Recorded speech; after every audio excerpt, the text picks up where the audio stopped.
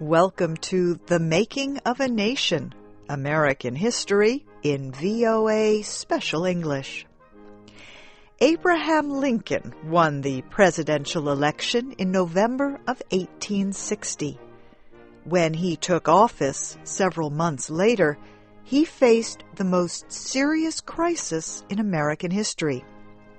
The Southern states had finally acted on their earlier threats. They had begun to leave the Union over the issue of slavery.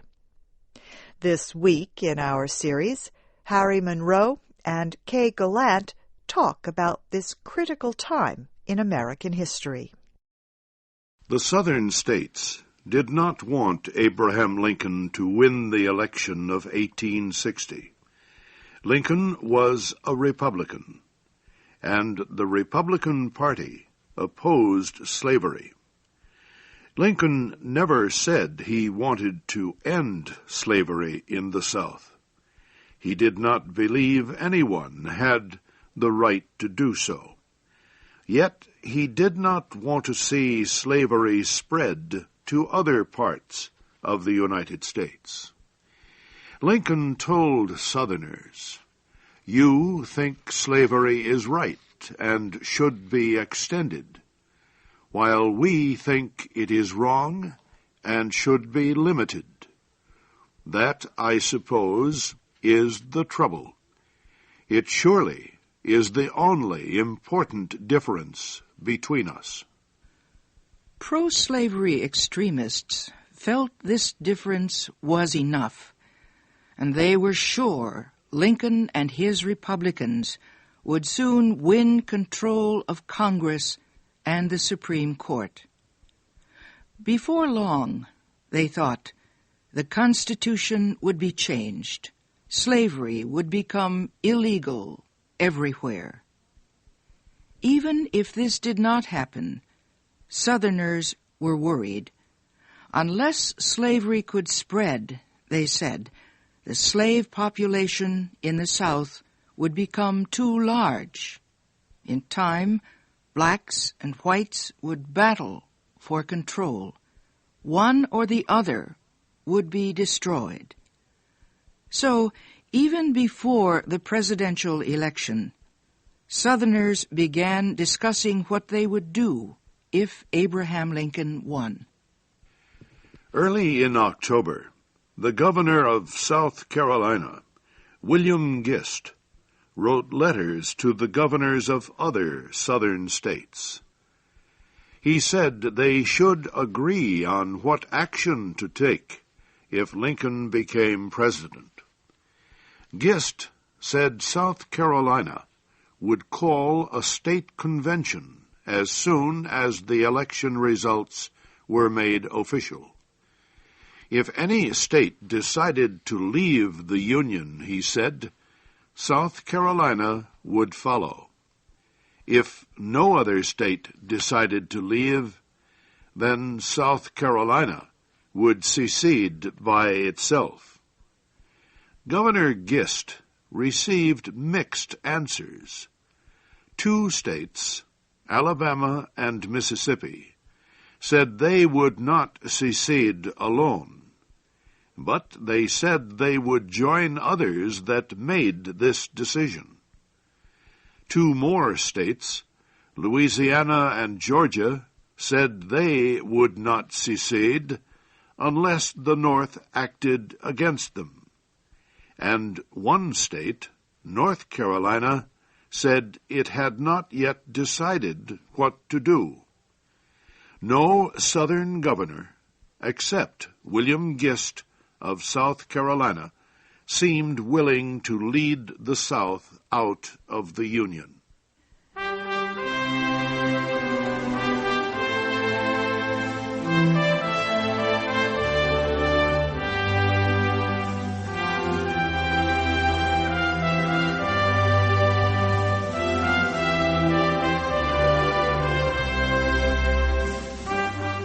Abraham Lincoln was elected president on November 6, 1860. South Carolina exploded with excitement at the news. To many of the people there, Lincoln's victory was a signal that ended the state's ties to the Union. To them, it was the beginning of Southern independence. Both United States senators from South Carolina resigned. So did a federal judge and the collector of federal taxes. United States flags were lowered. State flags were raised in their place. The state legislature agreed to open a convention on December 17th. The convention would make the final decision on leaving the Union. Several other Southern states did the same.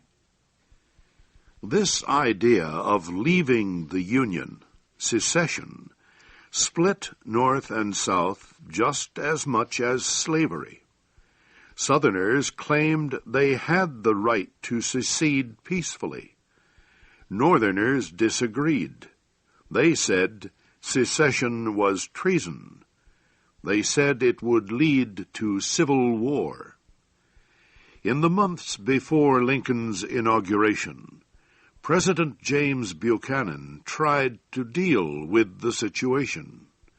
First, he proposed a convention of all the states. The purpose of the convention would be to work out differences between North and South. The Southern members of Buchanan's cabinet rejected this idea.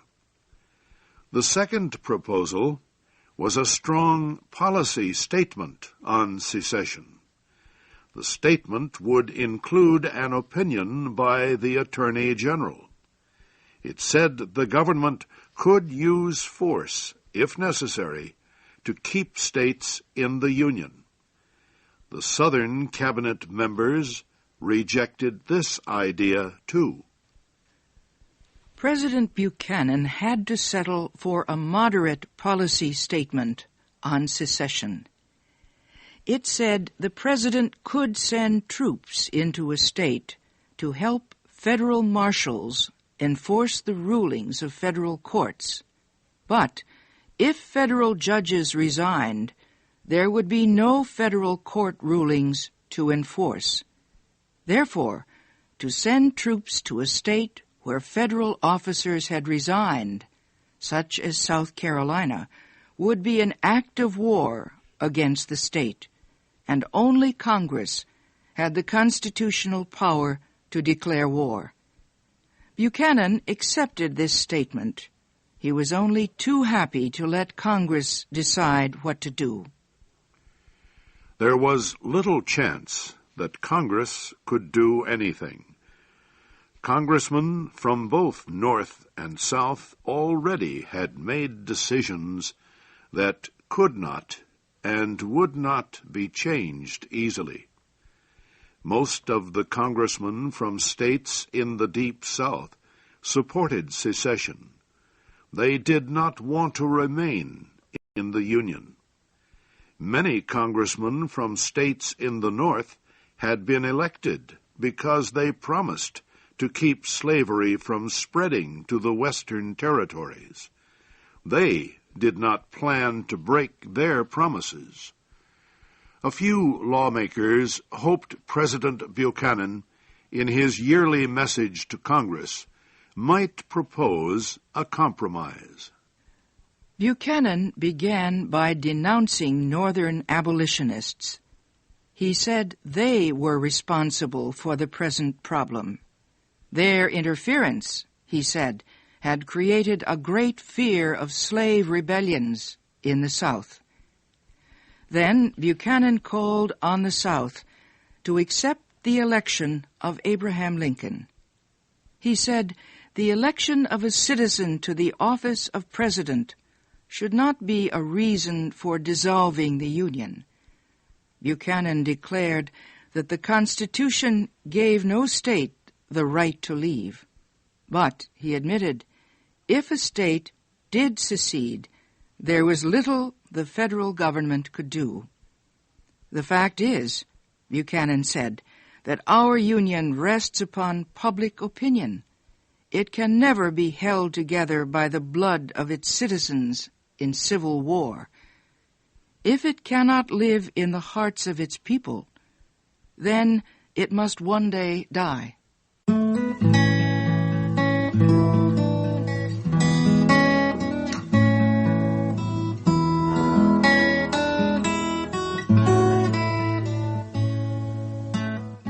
Buchanan proposed to Congress that it offer a constitutional amendment on the question of slavery.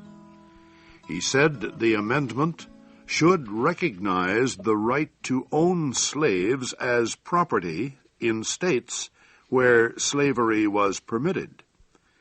It should protect this right in all territories until the territories became states. And it should end all state laws that interfered with the return of escaped slaves to their owners. No one liked President Buchanan's message to Congress.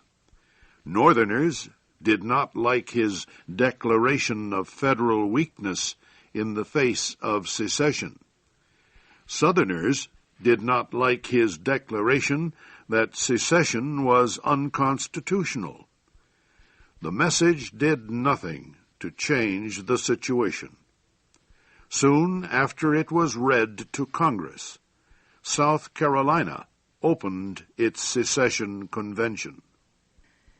Delegates to the convention would make the final decision if South Carolina would remain in the Union or secede. There was little question how they would vote. A committee wrote a secession resolution. The resolution said simply that the people of South Carolina were ending the agreement of 1788, in which the state had approved the Constitution of the United States. It said the Union, existing between South Carolina and the United States of America, was being dissolved. The committee offered the resolution to the convention on December 20th, 1860. There was no debate. The delegates voted immediately. No one voted against it. South Carolina had seceded. But what must it do now? There was the problem of property in South Carolina owned by the federal government. The convention continued to meet to work out details of South Carolina's new position in the world. That will be our story next week.